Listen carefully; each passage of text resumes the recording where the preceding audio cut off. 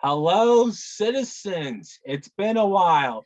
Welcome to a very special episode of the Pow Bang Podcast. I am your host, the Panel Protector, and I am here with my co-host.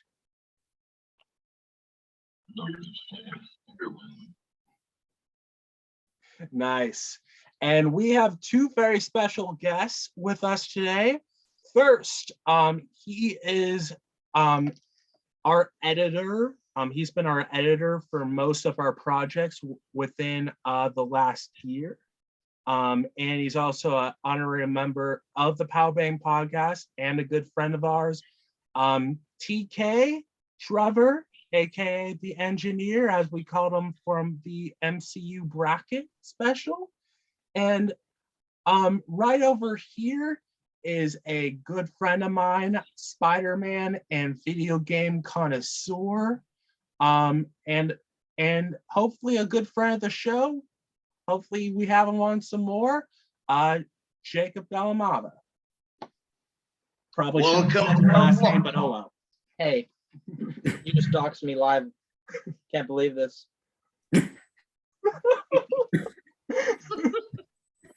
I'm out of here. See you later. Well, welcome to our flock. Yeah. So, it's been a while, but we have been wanting to talk about this very special movie for a while. It's not only just very special to us, obviously it's number 6 at the worldwide box office right now. It is huge.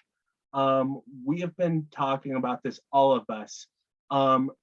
We did some math, and between the all of us, we both seen it 4 times. TK has seen it 5 times, and Lord of Shadows has seen it 10 times. So between all of us, it's been a total of 23 times. So we make up about half of the money they made from it, I think. Yes, exactly. Yeah. I wouldn't be surprised if we made up all the box office. We made up half the box office, essentially. Let's just say we are very favorable customers. Exactly. For sure. I also, major warning, obviously everybody sees my t-shirt, but we're going to be talking some major spoilers. So if you haven't seen it, what the heck are you doing? What the heck are you doing? Just please go. What? I mean, I'll watch the movie. We just talked to someone at the gas station who didn't see it. Yeah. And they said, hey, I like your mask. I was wearing a Spider-Man mask. They haven't seen it. No, I mean, go see this movie. Go see this like 4 more. Go see this like 10 times and then come back. What the fuck? What the fuck you guys are waiting for? Get the fuck out there and see it yourselves. Oh, that's right. What the fuck are you saying here? Watch this. This is an unfriendly, family-friendly podcast now because of you. Exactly. But you should have known that by far, protector. But anyways, so yeah, who wants to talk about like their hype up to this movie? Talk about maybe some personal experience with Spider-Man. Who wants to go first? Like just talking about. Well, TK hasn't said that much. I think we hand the mic to him for a second. Yeah, go ahead. So, the engineer, TK, you're on. What were your thoughts, like before this movie, going into this, and then coming out of it? I know you have a lot of thoughts. So okay, so my thoughts going into the movie were, first of all, who else can they actually put in the movie? Like every week over the summer, they dropped another name, and it kind of got me a little concerned because I thought that they were going to overstuff it, which they do have a track record of doing. Mm-hmm. Especially in the 3rd movie. Yeah. Well, and in the case of the Amazing Spider-Man, the 2nd movie too. Yeah. And yeah. And they so I was kind of worried about all those like names dropping. I wasn't sure how it was going to come together, and then the lead up to it, that's another thing which was a little bit weird for me because the marketing, the figures for it, the Funkos for it were very, very, very few and very, very, very poor. However, the actual movie, really good. Like everything worked and fit. And I still think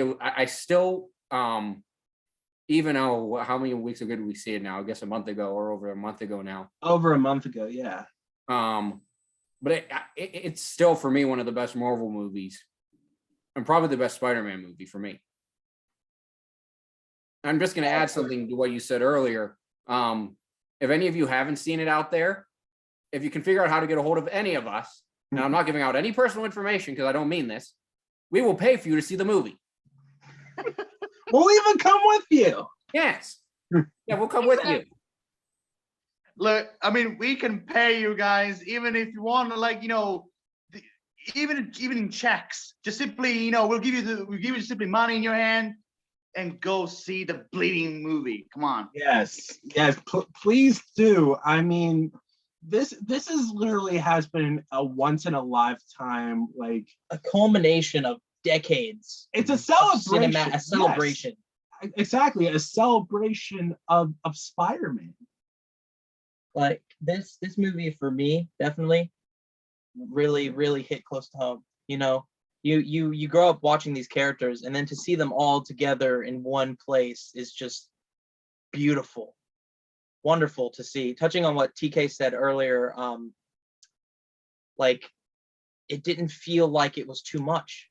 It felt like everything blended well together. Andrew, Toby, the whole multiverse thing, like it was teased lightly in Far From Home, even though it wasn't the case that the multiverse was real. And then they go into this movie, like they're starting to delve and throw shit at the wall. They don't care anymore. Very exciting. Exactly. Do you want to talk about your thoughts, like going into it and whatnot? I mean, I know you're a gigantic Spider-Man fan. Yeah, right. So going into this movie and seeing the actors from previous movies that we've seen in the trailers and everything, it makes you wonder, is Toby and Andrew going to show up? Yes. Are they going to show up? And you see the leaks coming out, and you see all the hype talking about this movie, and you're like, no. You're walking in and you're sitting down, and you're like, no, there's no way. There's no way. And I left that theater thinking, what the fuck did I just watch? Like, we just watched that. We walked out and we said, we just saw that movie. Me and him were looking at each other like, Peyton, we literally just watched that movie. Unreal. Yeah, absolutely. I want to talk about, since you two talk, I want to talk about, what I thought. Obviously, I'm wearing this shirt. I've been a Spider-Man fan since age 4. Spider-Man has just been a character, not only I just been enjoyed watching, but just a character that has this emotional, like, attachment to me. Like, we all seen, like, pretty much every Spider-Man movie, and we knew the message of Into the SpiderVerse, anybody can wear the mask, and Spider-Man at its core is just someone who, doesn't have a lot of friends, kind of geeky, and, just gets these powers by chance. And, we all want to be Spider-Man now. And when I first heard about, like, this giant multiversal concept, with Toby and Andrew, I obviously would have loved to see Toby and Andrew, but I'm like, first, that's never gonna happen. Like, that's too soon. We always used to talk about wanting this before No Way Home was even in the talks. Whenever Civil War happened, whenever they first showed Spider-Man in the MCU, we were like, wouldn't it be insane if they had a Spider-Verse movie with all 3 Spider-Man? Yeah, exactly. And honestly, I mean, I kind of wanted it at the back of my head, but I'm like, it's gonna be too messy. I'd rather them just do a Craven movie, which I hope they do a Spidey versus Craven movie soon. But I mean, as like the hype was going on, I'm like, okay, like go to see my childhood idol, Tobey Maguire, back in screen, and then like have Andrew Garfield back. I love Andrew Garfield as Spider-Man. I just wasn't really the biggest fan of those movies. Watching them again, they were great, but after watching it, I'm like Jacob, I'm like, this is a dream. Like, this is an honest, like, I feel like I'm dreaming. It never feels real. It's still unbelievable to me. We've seen the movie 4 times. You've seen it 10 times. You've seen it 5 times. Yeah, exactly. It doesn't feel real. Like, Yeah. did we just watch that movie? Did we just watch that movie? But, and also, just a fun little side note, we're, the 3 of us, me, TK, and Jacob are friends in Pennsylvania. Hometown, should probably bleep that out, but I don't think people are gonna come find us. yeah, I don't think either. But we all saw the movie together twice, and we waited 3 hours to get the tickets for this movie. I don't know about you. You told me, Alan, where you are, that you didn't even have to wait like to get tickets. You got up like a week in advance. Yeah, him and Caroline, our other friend, kept me up all night trying to get these damn tickets. Yeah, exactly. Exactly. But Alan, sorry.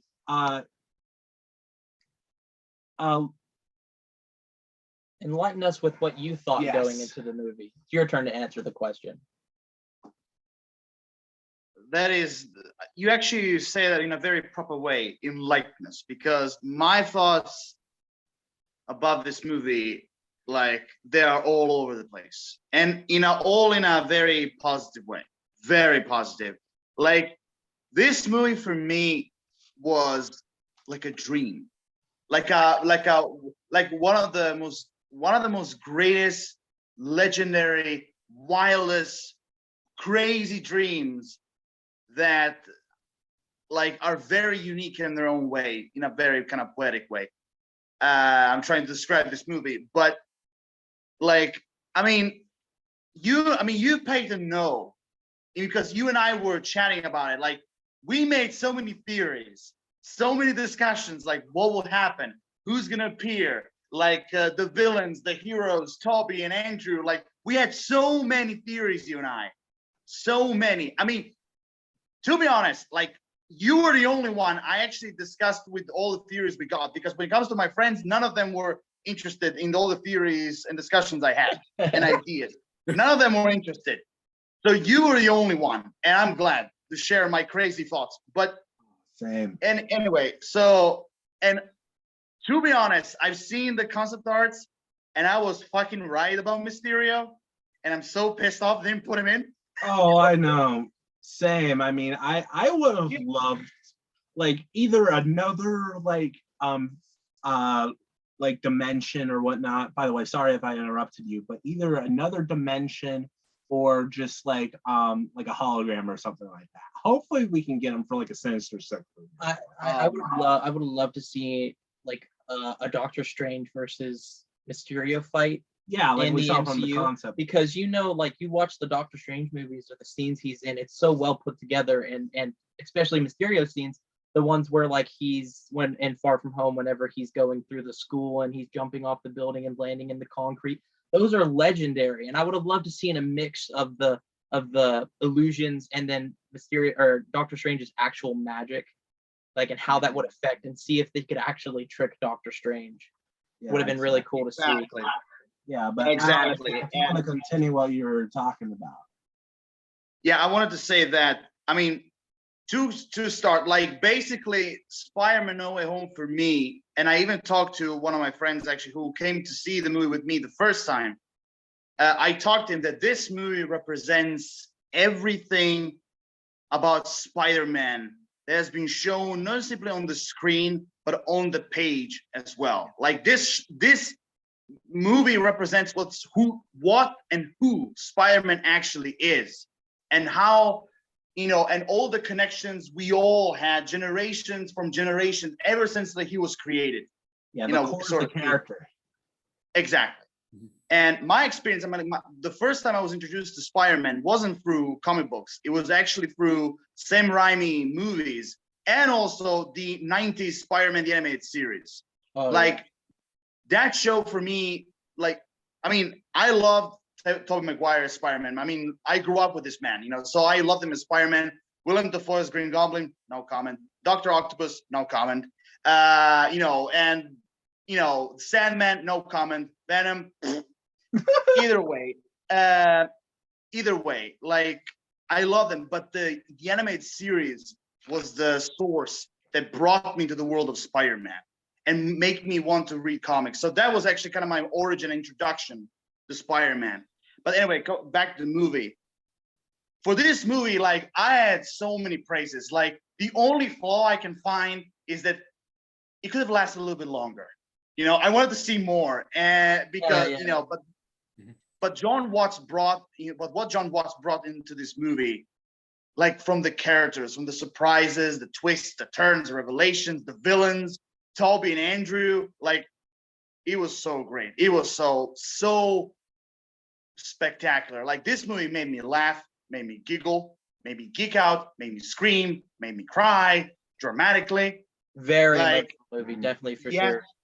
Not to mention one of my most emotional scenes that I literally cried as I was on. There was a moment in this movie that made me so much cry, I was at the funeral, the Uncle Ben scene when all three of them were together. That scene was so powerful, it hit me like I was gonna have a heart attack. It hit me.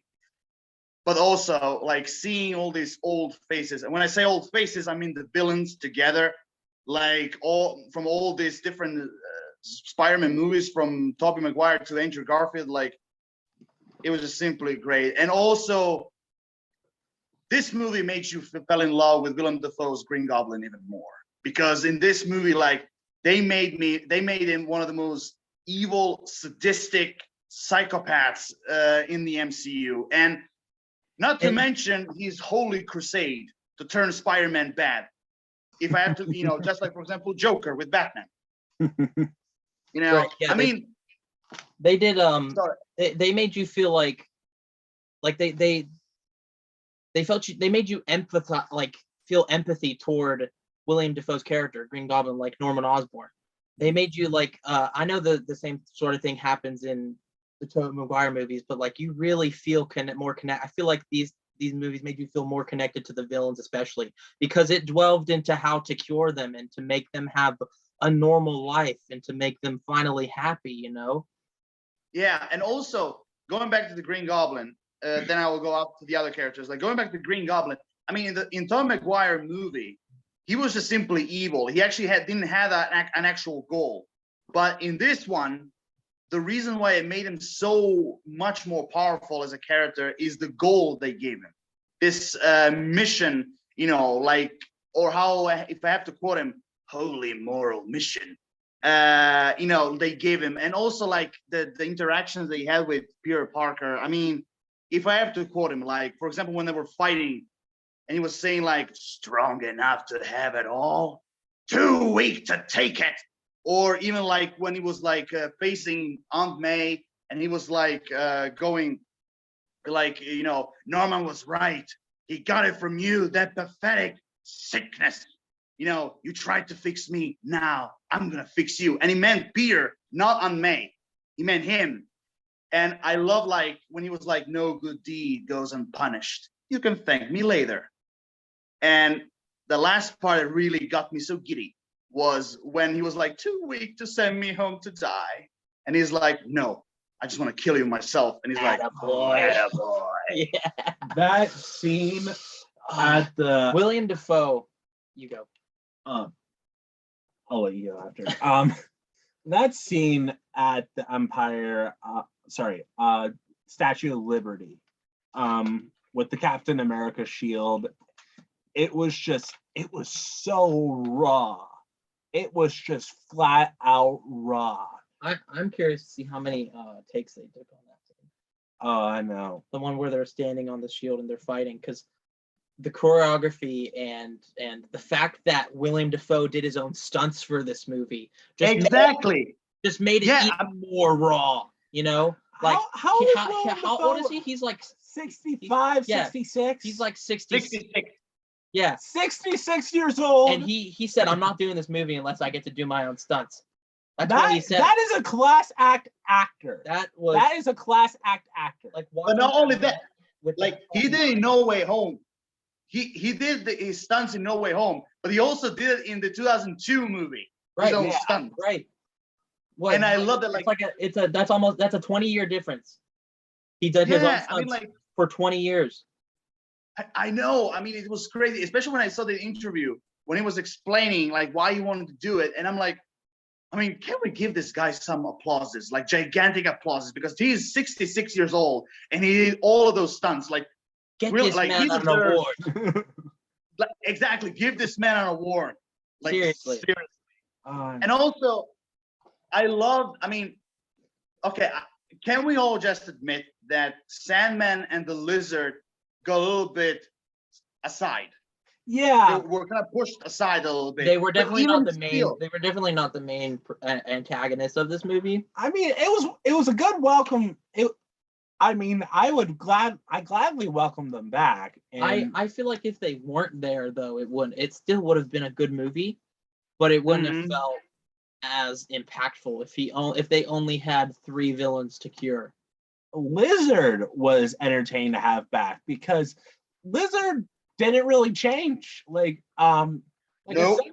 I mean, none of the villains really changed, but it's kind of funny to see Lizard because everybody knows that Lizard's plan in the first Amazing Spider-Man was very bonkers. Just very like even everybody in the movie was like, you tried to turn the entire city into army of lizards? Yeah, that interaction between Electro and Lizard, where he goes, "Let me guess, to a lizard," and he goes, "Exactly." Like that made me cringe a little bit, but like it was funny. It was kind of funny. It was funny, and like honestly, I'm okay with like supervillains just being evil supervillains.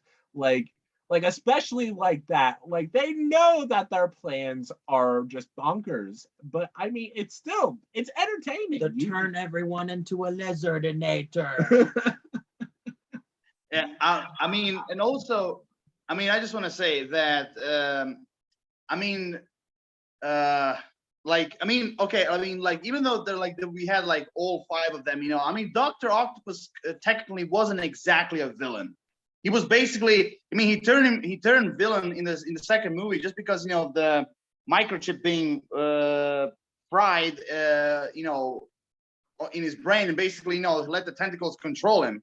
So he was kind of more like a guy with, like, you know, anger issues, basically, you know, because of all the voices he heard in his head. And when basically Peter put all that big chip on his in his head, I'm like, you know, when he was like, there are no more voices, so silent. I'm like, that was like a little bit emotional to me because like Dr. Octopus is now back as Otto Octavius. You know, I love that, you know. So, I mean, Electro and Green Goblin were like more villains than him because, you know, he was technically never a villain, more like a tragic character. Yeah, exactly. Same thing with Sandman. I mean, obviously, you know, kind of accidentally killed Uncle Ben, but at the same time, like Toby forgives him all the same. yeah, pretty much. He wanted to save him anyway. Yeah. Yeah. And I mean also like, I mean, okay, I mean we can talk about the villains the whole time, but sorry, I was just trying to say that I was just gonna say, like, I talked about Tobey Maguire's Peter as Toby. So like I'm referring to him as Toby, but we should start talking to them as like Peter 2 and Peter 3. Yeah. I mean, that scene when they were all 3 of them together in the lab, and they were like, Peter, yes, and like all 3 of them together answered, and like, no, I mean this, I mean you. I love that scene. Oh my god! And also, I mean, come on. I mean, also, I mean, come on. The same person. We all the same name. I want to hear TK's thoughts on the villains. Well, Yeah. I like the villains, but I was a little bit, Peyton, you're gonna probably Hey, one use that sec. bring it. I need to pause this. Okay, so the villains, I liked them all. I thought they were good, and I thought I'm glad they brought Electro Black. I'm glad they brought Electro back. Yeah, Yeah, I'm me glad- too. And I'm glad that one of the first things I said after the movie is thank God he wasn't fucking blue. Yeah. He got his money No. back. I was disappointed though that Ned didn't become the Hobgoblin. Me too. I kind of wanted that. I know. I'm torn. I know. Even I wanted that. Even I wanted to see the Hobgoblin. That would have been so cool. But that does lead me to one complaint with the movie, and this is a complaint with all the Spider-Man movies.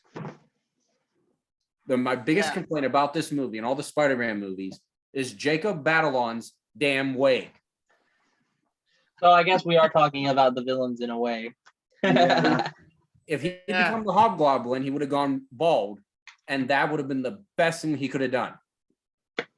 The wig is the true supervillain of Yes. this movie. He's the Yes. true sixth member of the Sinister Six. The Yes. wig. Yeah. The wig. Yeah. All the conspiracies were true. Yeah. Yeah, no, Jacob Batalon, though. I mean, I'd like to see him come back and go Hobgoblin. And I I think think there's a chance it could happen. I And feel I like think- that's more of a fifth movie type of thing. I think they might lead up to it in like a fourth Tom Holland movie. Like it might hint toward it in like coming into the end of the movie, and then the fifth movie. I think this next movie is going to be about the symbiote and Tom Holland, that could be. because they Could be left possible. they left it to be desired in the credits. You know. Yeah. Because what I feel like is with how he said he would come back and find Ned and MJ, and then at the end, he kind of like didn't really go up and talk to Ned or anything. I think that's going back. I think that's going to come back to bite him. Yeah. Mm. Yeah, I mean, we've seen like so many different versions of the Green Goblin. So I mean, I can kind of definitely see the reason why Kevin Feige, instead of bringing the Green Goblin in, because he said it before that he didn't want to use these supervillains, back without returning with the original actors. Like that's why one of the reasons he didn't want to use those, well-known villains, and also it kind of makes sense, that he wants to go with a Hobgoblin instead of a Green Goblin, like give other flying goblins, a chance in a way, So I could definitely see, the Ned becoming Hobgoblin, and also he's losing weight. A lot of people don't know that, but he's also losing weight, so it could happen. That's the other thing with Ned and the Hobgoblin is, and I don't know if I was the only one who picked up on it, but in the earlier parts of the movie, he seems a lot more like a third wheel. Yeah, he's like fresh start. Yeah. And he seems, and like as the movie goes on, he sort of blends more in. So I wonder if they started to write him more as a third wheel, and they were going down that road, but they decided to like veer off it for whatever reason. Yeah, they made it like toward the end of the movie, Ned and MJ are very close friends by the end of No Way Home. Yeah. They Yeah. definitely- Obviously, they don't have the memory of Peter, so I mean, I don't even know how they would explain that now. But yeah. Yeah, It's like, and also, I mean, I just want to mention. without Peter, MJ and Ned aren't friends. Yeah, Yeah. true. Like they didn't meet because of Spider-Man. They met because of Ned. So like, is the well, they memories knew of each other since they probably knew each other since kindergarten. I mean, obviously, they all went to Midtown High for almost 40 years. So yeah, it's just I'm very keen to find out how they use them as characters now. I'm wondering if Peter is even gonna like. I'm wondering if Zendaya and Jacob are even gonna return in the next Spider-Man movies. Like, I are think they they just will. gonna bring back Tom? Are they just gonna use him, or are they gonna like say, oh, he's just a loner now? It's just Spider-Man. It's just who he is. yeah, I mean, obviously, I think they might like in the next movie. I did want to talk about our thoughts with a new Spider-Man trilogy, maybe even another episode. But maybe they could probably do another supporting cast, like they can bring in Gwen Stacy, Harry Osborn, and whatnot. That's what I thought. Yeah, instead of like going back to MJ, this way they can bring in, like I said, new characters like Gwen Stacy, like just like you said. That's exactly what I thought as well. Yeah, You know? exactly. Maybe Like maybe basically, maybe Peter will commute to another multiverse. I don't know. Maybe. I mean, I would like to see the Spider-Verse take more of a bigger role. Norman offered him a job. Yeah, exactly. I did want to mention one big thing that I wanted to talk about within this podcast. We obviously have Toby and Andrew come back into this movie, but at the core of this movie, it's Tom's movie. It is Tom Holland's Spider-Man movie. This has been not only it's been the culmination of the other movies, but this movie is kind of an origin story for Tom's Spider-Man. And obviously, in my opinion, Tom has been one of the best newer actors within the last decade. So to have him like in this role, kind of, start off from kind of like a very anxious, very, excited kid, who obviously has his spider powers, to slowly becoming Spider-Man and becoming that character we know from the comics. Like it's been amazing, and it makes me appreciate the other two movies even more, because everybody's like, oh, well, this Spider-Man is just Iron Man Jr. I'm like, I thought that at first, and I'm like, nah. I mean, obviously, like the Spider-Man, has a lot of help from Tony Stark, but even if he didn't, he would still have the same journey. He would still have a pretty similar journey. So that's what I like about it, is that, he obviously has some help, but at the same time, he's still very capable on his own. Yeah, and also, can we just simply appreciate and admit that this movie, like, basically gave us one of the best performances of Tom Holland ever seen as Spider-Man? Absolutely. It was like, towards the end, it got raw and emotional with Holland, and he did a great job. He did a great job. Yeah, not to mention, oh my God, Aunt May's death. Like that, I believe that hit all of us for